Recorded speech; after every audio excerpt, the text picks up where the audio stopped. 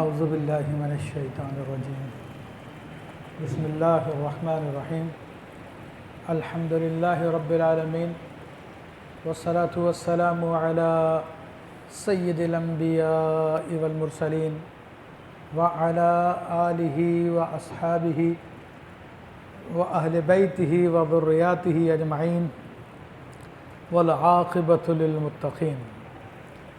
قال اللہ تبارک و تعالی فی کلامہ المجید والفرقان الحمید بسم اللہ الرحمن الرحیم ومن آیاتہ ان خلقکم من تراب ثم اذا انتم بشر تنتشرون۔ صدق اللہ العظیم وصدق رسولہ النبی الکریم۔ مولاي صل وسلم دائما ابدا على حبیبک خیر الخلق کلہم۔ رب اشرح لی صدری ویسر لی امری واحلل عقدۃ من لسانی یفقہوا قولی۔ تمام حضرات ایک مرتبہ محبت سے درود پاک پڑھیے۔ اللہم صل علی سیدنا محمد معدن الجود والکرم وآلہ وبارک وسلم صلاۃ وسلام علیک یا سید یا رسول اللہ وعلی آلک واصحابک یا حبیب اللہ۔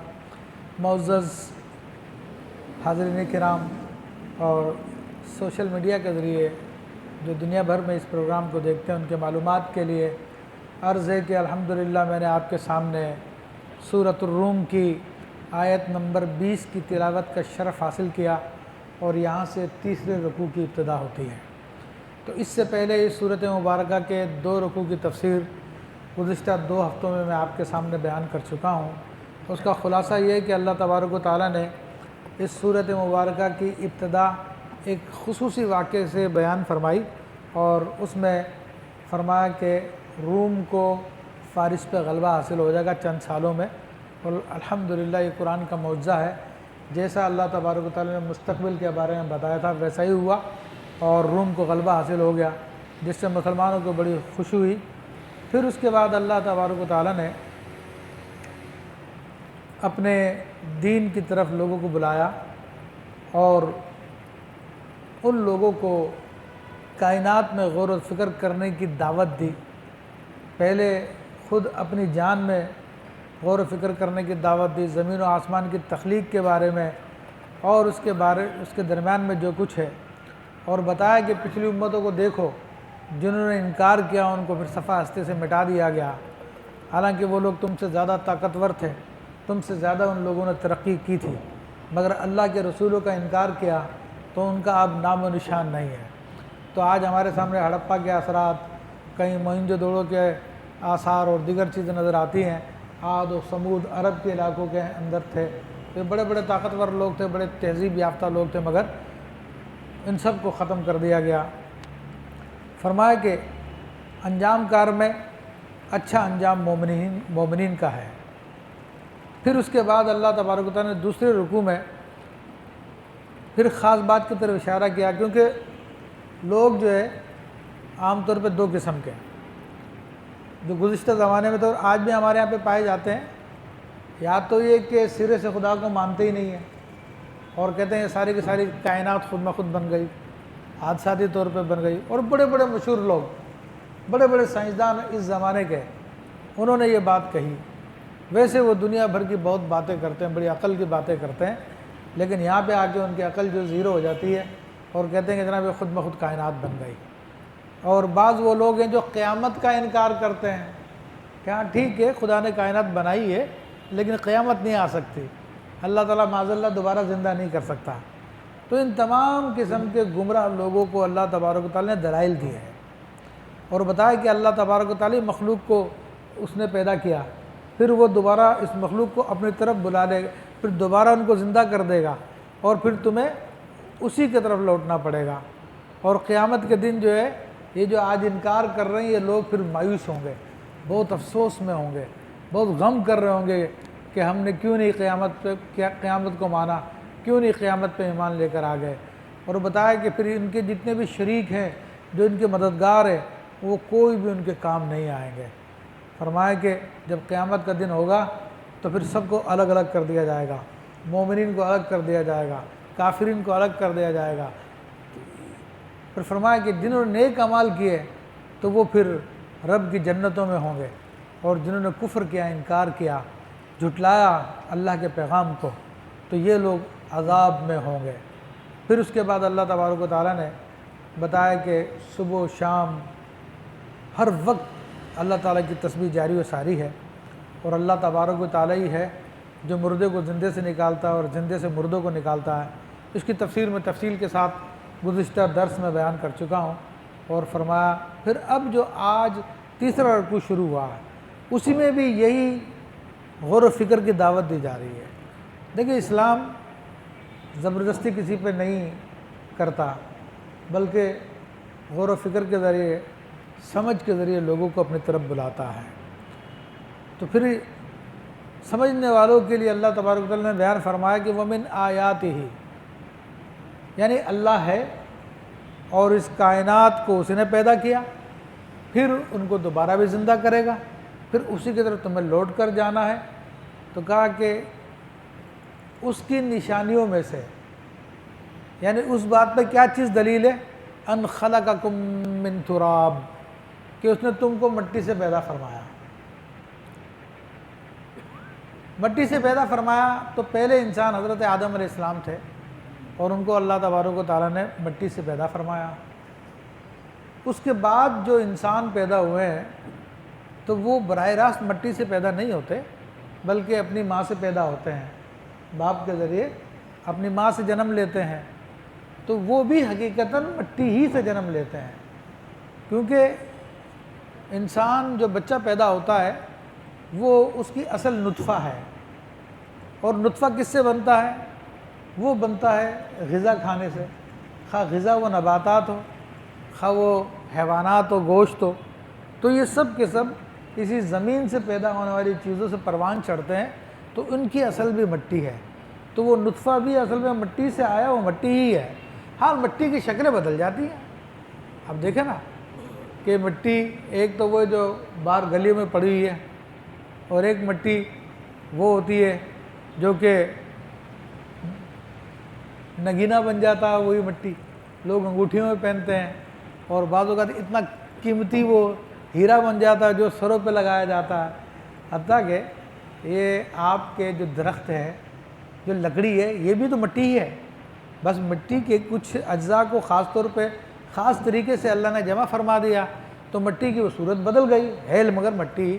اس طرح پلاسٹک ہے، اسی طرح لوہا ہے، کوئی بھی چیز ہے وہ سب کی سب زمین سے ہی آ رہی ہے، تو ان سب کی اصل مٹی ہی ہے، مگر کچھ خاص اس کی فارمیشن کی گئی ہے جس کی وجہ سے ان کی شکلیں بدل گئی ہیں، ان کی صورتیں بدل گئی ہیں، تو اس وجہ سے لوگ اس کو پہچانتے نہیں ہے کہ مٹی ہے، لیکن حقیقت ان کی مٹی ہے۔ تو اسی طرح انسان بھی نطفے سے پیدا ہوا تو اس کی اصل بھی مٹی ہے۔ تو یہ فرمانا کہ اس نے تمہیں مٹی سے پیدا کیا ہے، دونوں اعتبار سے صحیح ہے، پہلے انسان کے اعتبار سے بھی درست ہے، اور آج اور قیامت تک جو انسان پیدا ہوتے رہیں گے وہ ان کے بارے میں درست ہے کہ وہ مٹی ہی سے پیدا ہوتے ہیں۔ ثم اذا انتم بشر تنتشرون، پھر اس کے بعد اللہ نے تمہیں انسان بنا دیا اور تم زمین میں پھیلتے جا رہے ہو۔ تو اب دیکھیے، پہلے تو ایک انسان تھے حضرت آدم علیہ السلام، پھر ان کی پسلی سے اللہ نے ان کی زوجہ حوا رضی اللہ تعالیٰ کو پیدا کیا، پھر ان سے ان کی اولادیں ہوئیں، 1 2 3 4 5، اور آج اربوں کے اندر ان کی اولادیں ہو گئی ہے، اور یہ آبادی کا سلسلہ بڑھتا چلا جا رہا ہے، اور بیوقوف لوگ فیملی پلاننگ کر کے آبادی کو روکنے کی کوشش کر رہے ہیں کہ جناب غذا کم پڑ جائے گی، اس لیے جو ہے کوشش کی جائے کہ انسان زیادہ پیدا نہ ہو۔ تو یہ ان کی بیوقوفی ہے، جس نے پیدا کیا وہی دینے والا ہے۔ تو یہ اللہ فرما رہا ہے کہ پھر تم پھیلتے جا رہے ہو۔ تو یہ اللہ کی ایک عظیم نشانی ہے کہ ایک بے جان پانی کا قطرہ ہوتا ہے، یا مٹی کو لے لیجئے کہ مٹی ایک بے جان چیز نظر آتی ہے، مگر اس میں اللہ تعالیٰ نے کیسی کیسی چیزیں پیدا کر دیتا ہے۔ بارش برساتا ہے، پھر دیکھو مٹی کے کیا کیا رنگ نکلتے ہیں اور کیا کیا چیزیں نکلتی ہے۔ تو فرمایا وَمِنْ آيَاتِهِ أَنْ خَلَقَ لَكُم مِّنْ أَنفُسِكُمْ أَزْوَاجًا، اور اس کی نشانیوں میں سے ایک نشانی یہ بھی ہے کہ اس نے تمہارے لیے پیدا کیا تمہاری جنس میں سے تمہارا جوڑا، یعنی مردوں کے لیے خواتین، خواتین کے لیے مرد۔ یہ اللہ تبارک و تعالیٰ نے پیدا فرمائے۔ تو اب یہ بھی ایک عظیم اللہ تعالیٰ کی قدرت ہے کہ اس نے مذکر و مؤنث کو پیدا فرمایا، اور وہ پیدا فرمانے کا مقصد بھی بتا رہا ہے لِتَسْكُنُوا إِلَيْهَا، تاکہ تم ان سے آرام پاؤ۔ تو یہ میاں بیوی کے لیے آرام کا باعث ہوتا ہے، راحت کا باعث ہوتا ہے، اور بیوی میاں کے لیے راحت کا باعث ہوتی ہے۔ اور شروع میں تو انسان کے اندر جنسی جذبات ہوتے ہیں، تو اپنے اس جنسی خواہش کے تحت مذکر مؤنث قریب آتے ہیں، لیکن بہرحال جب بوڑھے ہو جاتے ہیں اور ان میں یہ خواہش ختم ہو جاتی ہے، پھر بھی وہ بڑھاپے میں بھی ایک دوسرے سے محبت کرتے ہیں اور ایک دوسرے کا ساتھ نبھاتے ہیں۔ تو یہ اللہ کا بڑا کرم ہے، بڑا فضل ہے کہ اس نے فطری طور پر مرد عورت کے اندر محبت رکھی ہے، اور وہ جوڑا بنا دیتا ہے تو پھر محبت بھی پیدا فرما دیتا ہے۔ بہت کم ایسا ہوتا ہے کہ جوڑا بنائے اور محبت نہ ہو، لیکن آج کل وہ ایک انگلش ماحول چلا ہوا، ہمارے یہاں پہ تو کم ہے لیکن پاکستان سے باہر بہت زیادہ ہے، کہ جب لڑکا لڑکی کی شادی کی بات آتی ہے تو لڑکی بھی کہتی ہے پہلے میں اس لڑکے کو دیکھ لوں، لڑکا بھی کہتا میں اس لڑکی کو دیکھ لوں، اس کے خیالات معلوم کر لوں، وہ کیسا ہے، وہ کیا کرے گا، وہ کیا نہیں کرے گا، ہمارا دماغ ملتا ہے نہیں ملتا، 100 قسم کی باتیں کرتے ہیں، اور پھر شادی سے پہلے اپنے آپ کو مطمئن کرنے کے لیے ڈیٹنگ کرتے ہیں، مختلف جگہوں پر جاتے ہیں، بیٹھ کے میٹنگ کرتے ہیں، ایک دوسرے سے سوال کرتے ہیں، ان کو پھر سمجھ میں آتا تو شادی کرتے ورنہ نہیں کرتے۔ حالانکہ آج سے 20 سال پہلے چلے جائیں یا اس سے پہلے چلے جائیں تو تقریباً کفار میں بھی یہ کلچر نہیں تھا، بلکہ ماں باپ جہاں پر ارادہ کر لیا کرتے تھے تو اولاد راضی ہو جایا کرتی تھی، اور وہ شادیاں کامیاب ترین شادیاں تھیں۔ اور آج بھی اکثر جو اپنے ماں باپ کی مرضی کے مطابق لڑکا یا لڑکی اپنے آپ کو ماں باپ کے حوالے کر دیتے ہیں اور ان کی مرضی کے مطابق شادی کر لیتے ہیں، تو اللہ تبارک و تعالیٰ میاں بیوی میں محبت پیدا فرما دیتا۔ بہت کم ایسا ہوتا کہ محبت نہ ہو، بعض ٹوٹ بھی جاتی شادیاں، لیکن یہ جو شیطانی خیال آج کل ہمارے ذہن میں آ گیا کہ نہیں پہلے میں اس کے خیالات سے آگاہ ہو جاؤں، کیونکہ ہم لوگوں نے اپنی زندگی کے اسٹائل کو جب دین کے اسٹائل سے نکالا تو پھر یہ سارے کے سارے کام کرنے پڑے، ایک دوسرے کے خیالات سے آگاہ ہو جائیں، سارے معاملات کر لیں، تو یہ مصیبت اس لیے آئی ہے۔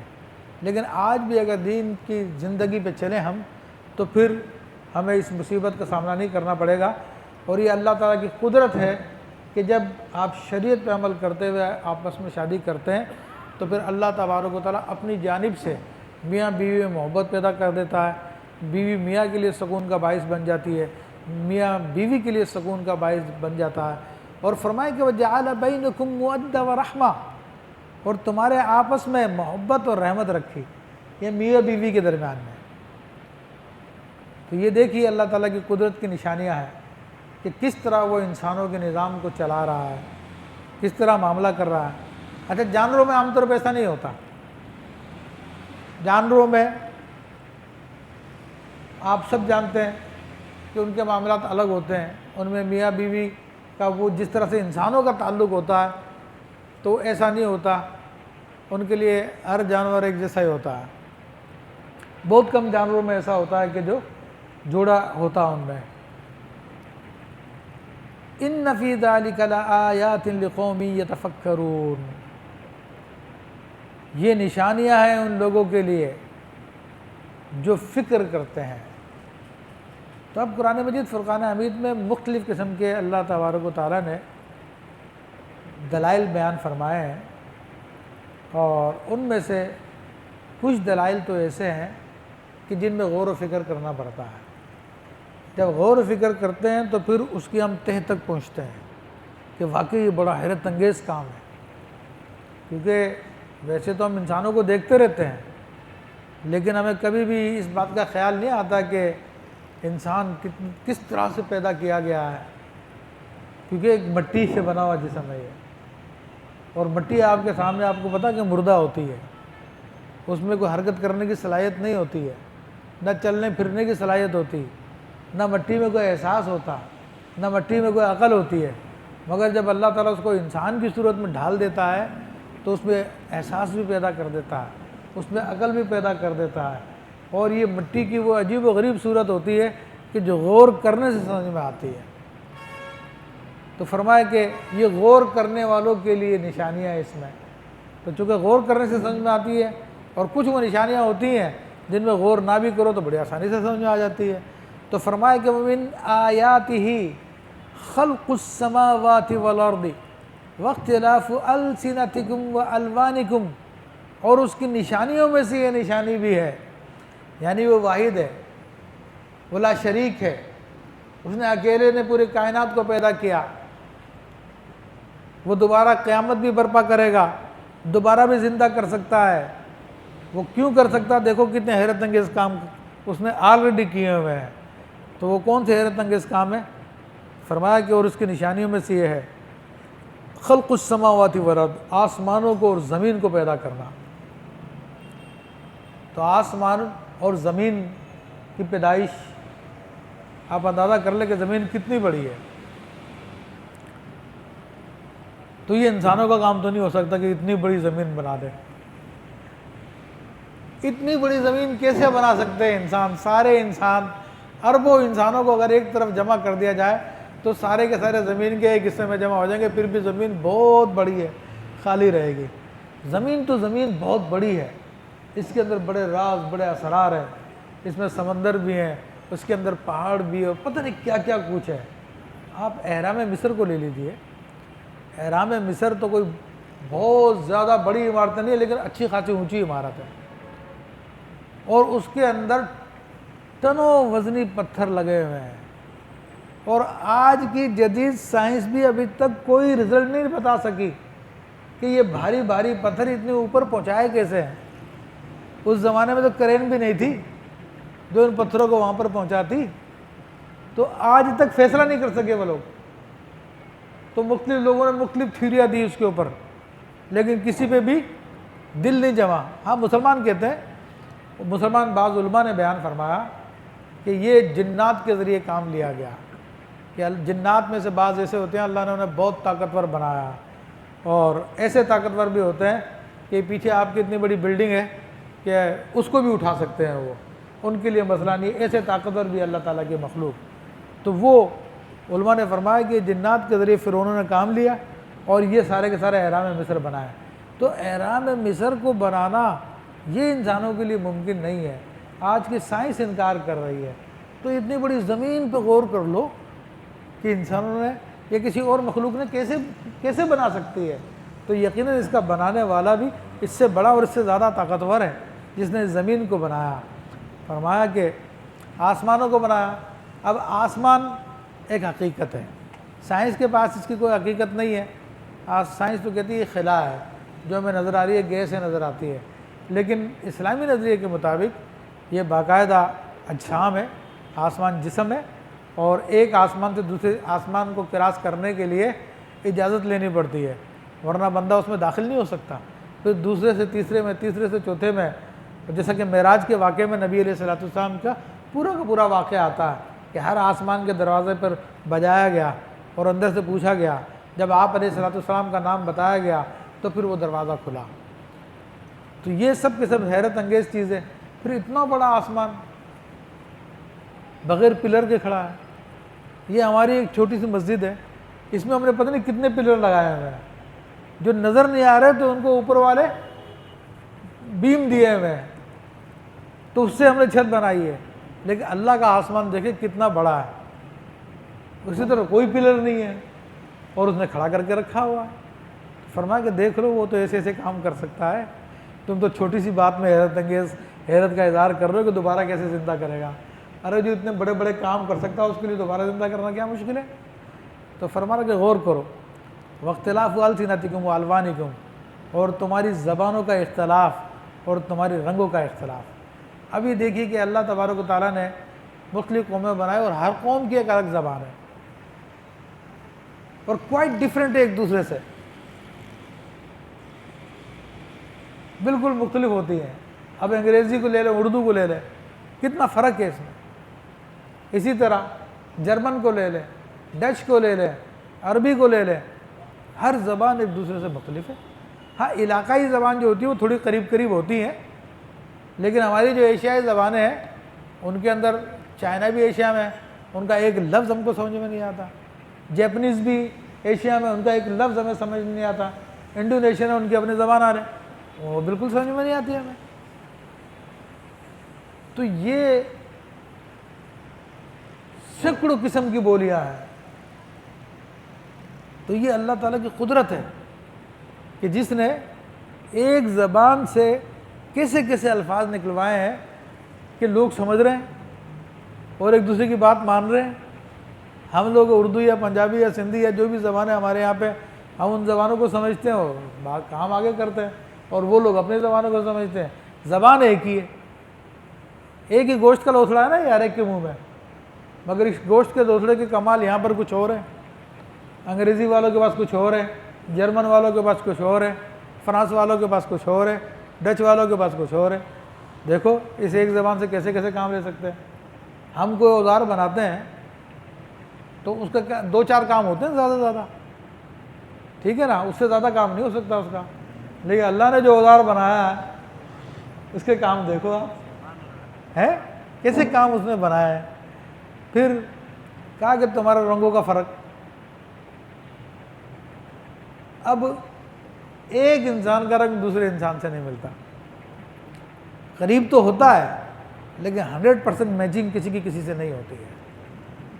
اور دنیا میں اربوں انسان ہیں اور اربوں انسانوں کے اربوں رنگ ہیں، مگر 100% کسی کا کسی سے مشابہ نہیں ہے۔ تو یہ ایک عظیم قدرتوں والی ذات ہے نا جس نے یہ کام کیا۔ ہمیں اگر 100 چیزیں بنانے کے لیے، 100 چہرے بنانے کے لیے کہا جائے تو ہم تھوڑی دیر بعد بس کر دیں گے بھائی یہ 2 چہرے میں تو فرق ہو سکتا ہے، باقی سب ایک جیسے ہی بنتے جا رہے ہیں، ہم زیادہ فرق نہیں کر سکتے۔ اس کی شان دیکھو، اربوں انسان پیدا کیے ہیں، آدم علیہ السلام کے زمانے سے لے کے آج تک پیدا ہوتے چلے آ رہے ہیں، مگر ہر ایک میں فرق ہے۔ ہمارے ہاتھوں کی بناوٹ، ہمارے انگوٹھے کی لکیریں ہیں۔ اس وقت دنیا میں کئی ارب انسان ہیں اور آج یہ انگوٹھے کی لکیریں ہر آدمی کی آئی ڈی ہے یہ، اور ہر آدمی کی انگوٹھے کی لکیریں دوسرے آدمی سے مختلف ہے۔ تو اب چھوٹا سا انگوٹھا ہے، اس انگوٹھے کے اندر لکیریں ہی تو ہے، مگر وہ کتنا عظیم ہے کہ جس نے ایک انگوٹھے کے اندر ہر انگوٹھے کو ایسا الگ بنایا کہ ایک دوسرے سے کوئی مشابہت نہیں رکھتا۔ اس کی لکیریں، ہر ایک کی لکیر اس کی اپنی پہچان ہے۔ تو یہ سب کی سب اس کی قدرت کی نشانیاں، تم اس میں حیران ہو رہے کہ تمہارا تو کیسے پیدا کر دے گا۔ ان فی ذلک لآیات للعالمین، اور اس میں بے شک جاننے والوں کے لیے نشانیاں ہیں۔ فرمایا کہ من آیاتی ہی، اور اس کی نشانیوں میں سے کہ وہ واحد ہے، وہی کائنات کا واحد مالک ہے، واحد خالق ہے، وہی قیامت کو برپا کرنے والا ہے، وہی تمہیں زندہ کر دے گا۔ اس کی علامتوں میں سے ایک علامت یہ بھی ہے کہ منامکم باللیل والنہار وابتغاؤکم من فضلہ، کہ تمہارا رات میں آرام کرنا اور دن میں، اور تمہارا اس کا فضل کو تلاش کرنا، اس کے رزق کو تلاش کرنا۔ تو اب یہ دیکھیں تمام انسانوں کی ایک عادت ہے کہ رات میں سوتے ہیں اور دن میں جاگتے ہیں۔ یہ کس نے ان کا ایک ٹائم ٹیبل بنا دیا کہ رات میں سو اور دن میں جاگو؟ کیا کسی نے مجبور کیا؟ کسی انسان نے تو ان کو مجبور نہیں کیا۔ ہاں اللہ تعالیٰ چونکہ بنانے والا ایک ہے اور یہ اسی ایک خالق کی تخلیق ہے، تو اس لیے ان تمام تخلیق کے اندر ایک ہی قانون جاری ہے کہ اس نے انسانوں کے لیے رات سونے کے لیے بنائی ہے اور دن کام کاج کے لیے بنایا ہے۔ ہم لوگ تو پھر بھی فطرت کے خلاف چل رہے ہیں، ہم لوگ تو رات کو دیر دیر تک جاگتے ہیں، لیکن جن ممالک کو ترقی یافتہ کہا جاتا ہے، آپ امریکہ چلے جائیں، انگلینڈ چلے جائیں اور یورپ چلے جائیں، تو وہاں پر تو یہ کہ شام کو لوگ عصر کے ٹائم میں بھی گھروں میں سونے کی تیاری کرنے لگ جاتے ہیں، اور پھر مغرب کے بعد وہ تقریباً سو جاتے ہیں وہ لوگ، اور رات کو 3 بجے 4 بجے اڑ جاتے ہیں۔ ہمارے 10-11 بجے تک تو ان کی آدھی نیند ہو جاتی ہے۔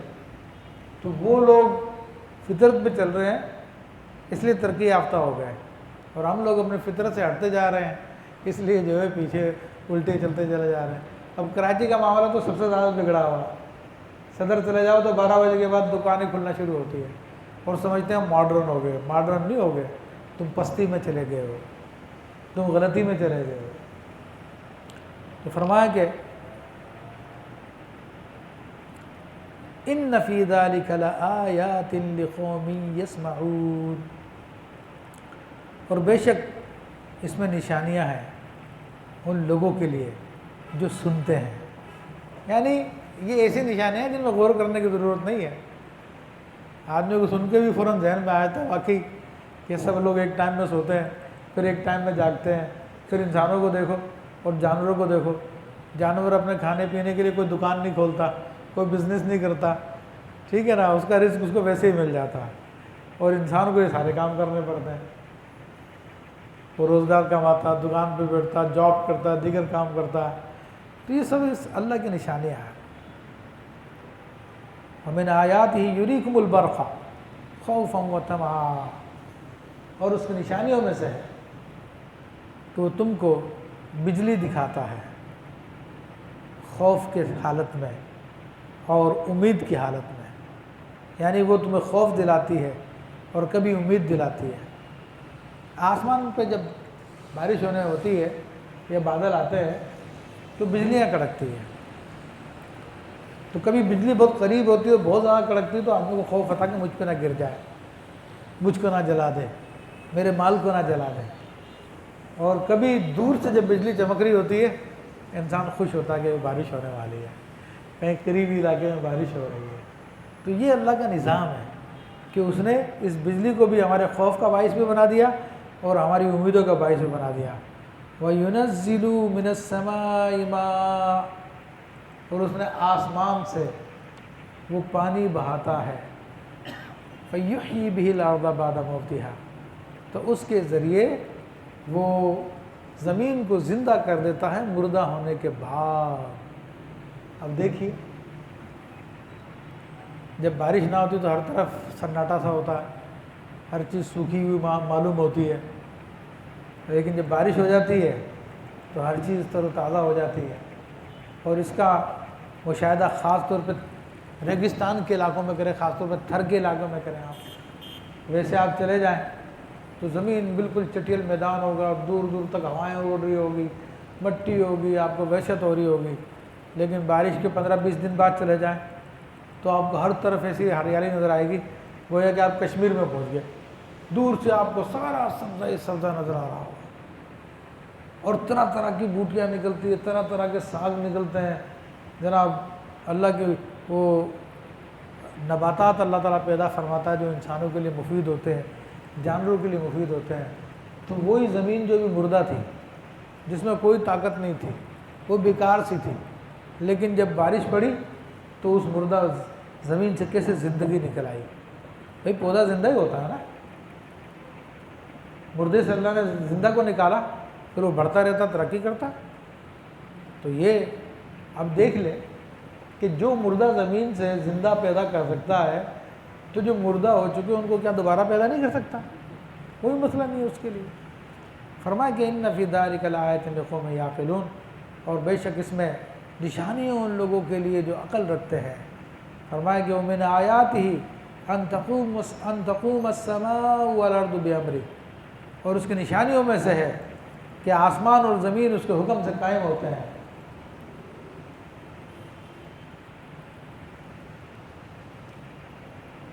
درود پاک پڑھیے۔ کیمرہ میں عابد بھائی نے لگایا ہوا، عریب آج آیا نہیں۔ اچھا ہاں دیکھیں نا،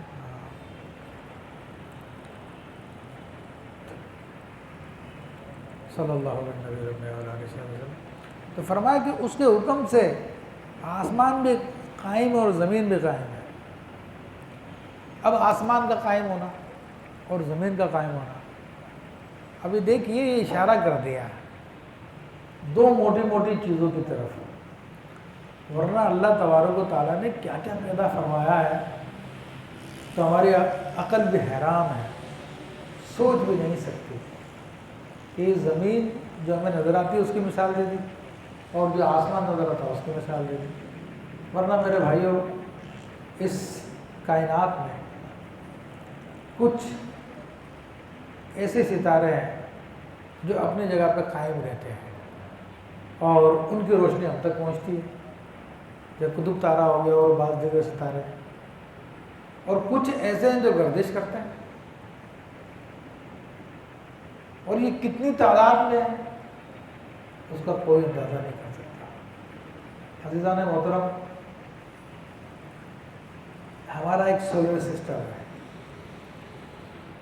نظام شمسی ہے، اور یہ ہماری ایک گلیکسی ہے جس کو ملکی وے کہتے ہیں۔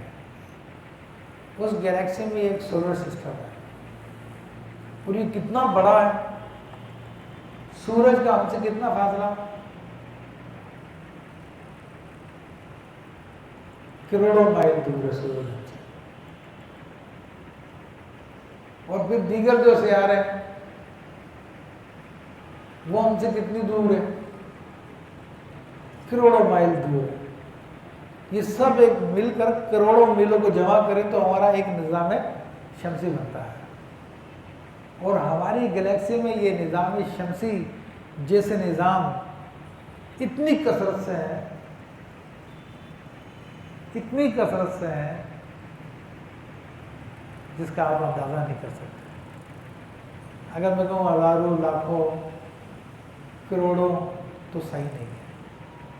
سائنسدان کہتے ہیں کہ ہمارے جیسے نظام شمسی جس کی جو کروڑوں میل پہ پھیلا ہوا ہے، اس جیسے نظام ہماری ملکی وے میں ریت کے ذرات کی طرح بکھرے ہوئے ہیں، اس قدر کثرت سے۔ ہماری جو ملکی وے ہے، جو گلیکسی ہے، اس کو پار کرنے کے لیے کوئی چاہے کہ اس کے ایک کنارے سے دوسرے کنارے پہ چلا جائے تو میرے بھائیوں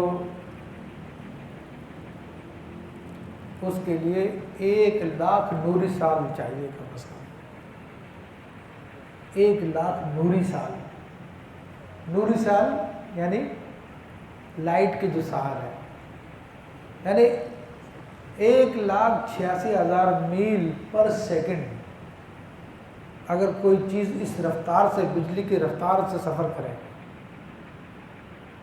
1,86,000 میل پر سیکنڈ بجلی سفر کرتی ہے اتنی تیزی کے ساتھ۔ اور یہ بجلی کہ میں نے تو مائلز میں آپ کو بتایا، آپ تصور کریں کہ سائنسدان کہتے ہیں کہ اگر پوری زمین کے گرد ایک تار لگا دیا جائے اور بجلی اس میں چھوڑی جائے تو بجلی 1 سیکنڈ میں 7 مرتبہ دنیا کے چکر لگا لے گی۔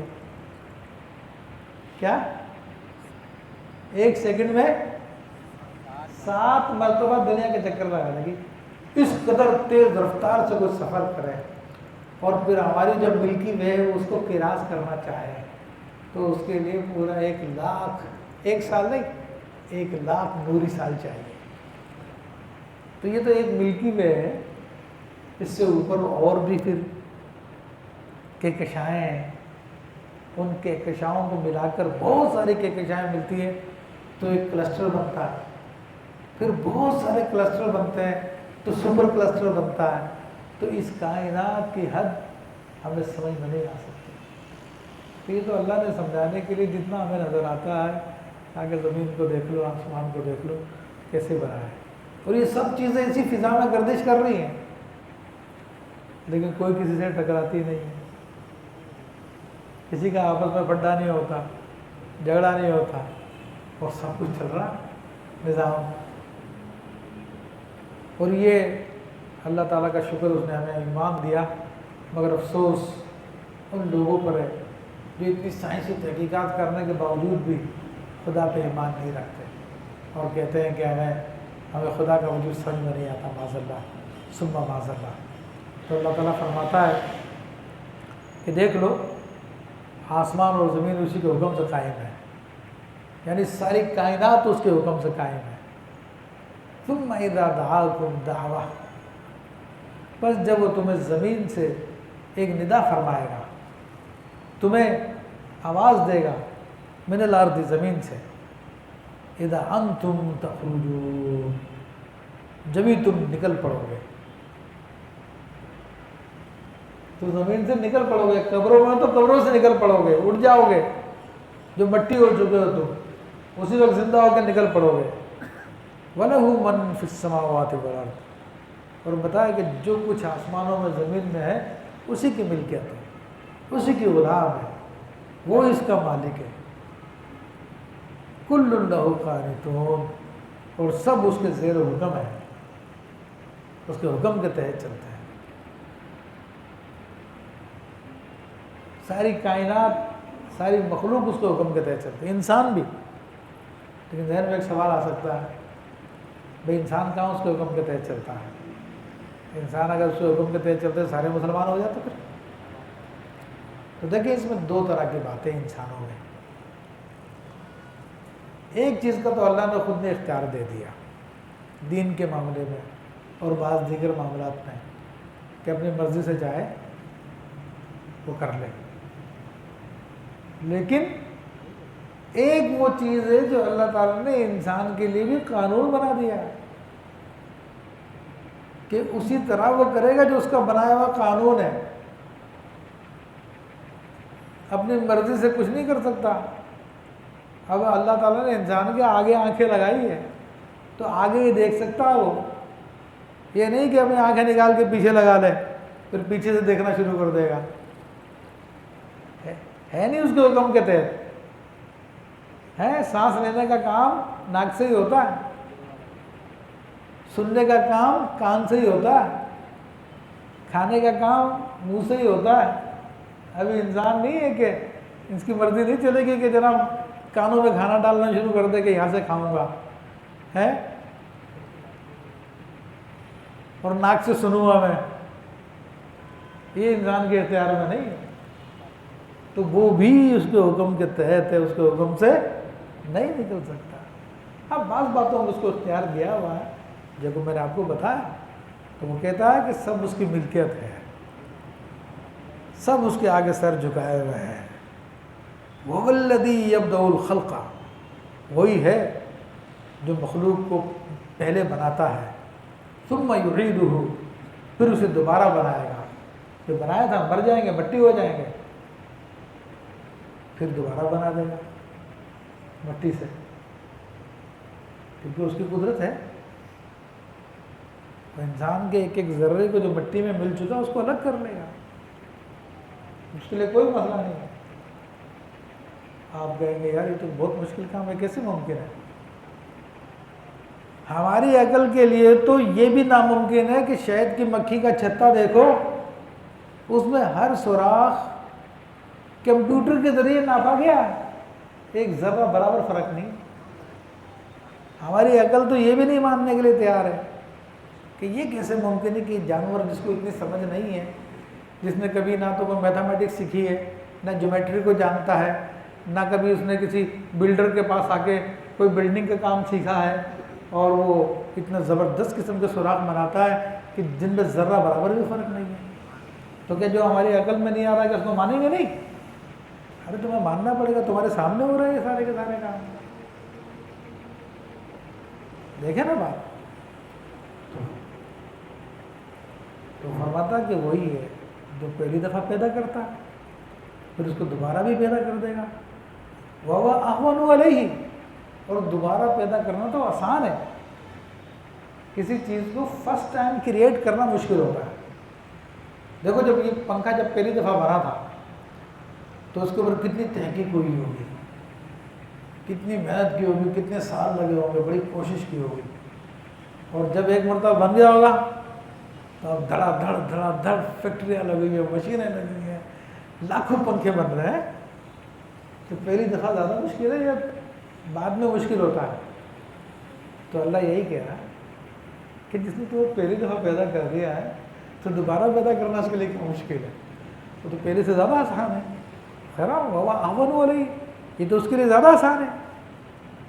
وَلَهُ الْمَثَلُ الْأَعْلَىٰ فِي السَّمَاوَاتِ وَالْأَرْضِ، اور اس کی شان اس سے بھی زیادہ برتر ہے آسمانوں میں اور زمینوں میں۔ وَهُوَ الْعَزِيزُ الْحَكِيمُ، وہی عزت والا اور حکمت والا ہے۔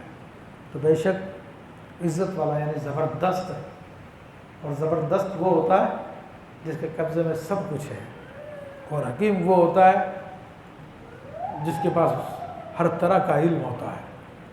تو وہ اللہ تبارک و تعالیٰ جو ہر طرح کا علم بھی رکھتا ہے اور وہ خود علم ہے، ٹھیک ہے نا، اور وہ خود زبردست ہے، تو اس کے لیے کوئی کام مشکل نہیں ہے، کیونکہ انسان کو کسی کام کو کس وجہ سے نہیں کر سکتا۔ اگر میں آپ سے کہوں کہ بھائی بلب بنا دو مجھے، تو آپ دو وجہ سے آپ نہیں بنا سکیں گے۔ ایک تو یہ کہ آپ کے پاس اس کی نالج نہیں ہے کہ کس طرح سے بنتا ہے، دوسرا یہ کہ آپ کے پاس قدرت میں، آپ کی طاقت میں نہیں ہے کہ شیشہ بنا رہے ہیں، ٹھیک ہے، نہ آپ کی طاقت میں اس کے اندر جو ایلیمنٹ بنتے ہیں، جو اسپرنگ لگتے ہیں، دیگر چیزیں لگتے ہیں، وہ آپ لے آئیں یا خریدنے کی طاقت میں نہیں ہے۔ تو دو ہی باتیں ہوتی ہیں، دو چیزیں نہ ہوں تو پھر بندہ کچھ بھی نہیں کر سکتا، مگر اللہ کے پاس یہ سب چیزیں موجود ہیں، اس لیے وہ سب کچھ کر سکتا ہے۔ اس لیے فرمائے کہ وہ عزیز بھی ہے، وہ حکیم بھی ہے۔ وآخر دعوانا ان الحمد للہ رب العالمین۔ اللہ تعالیٰ سے ہم دعا کرتے ہیں کہ اللہ تبارک و تعالیٰ ہمیں قرآن عظیم کو سمجھنے، اس پہ عمل کرنے، اس کے پیغام کو دیگر لوگوں تک پہنچانے کی توفیق عطا فرمائے۔ آمین بجاہ النبی آمین۔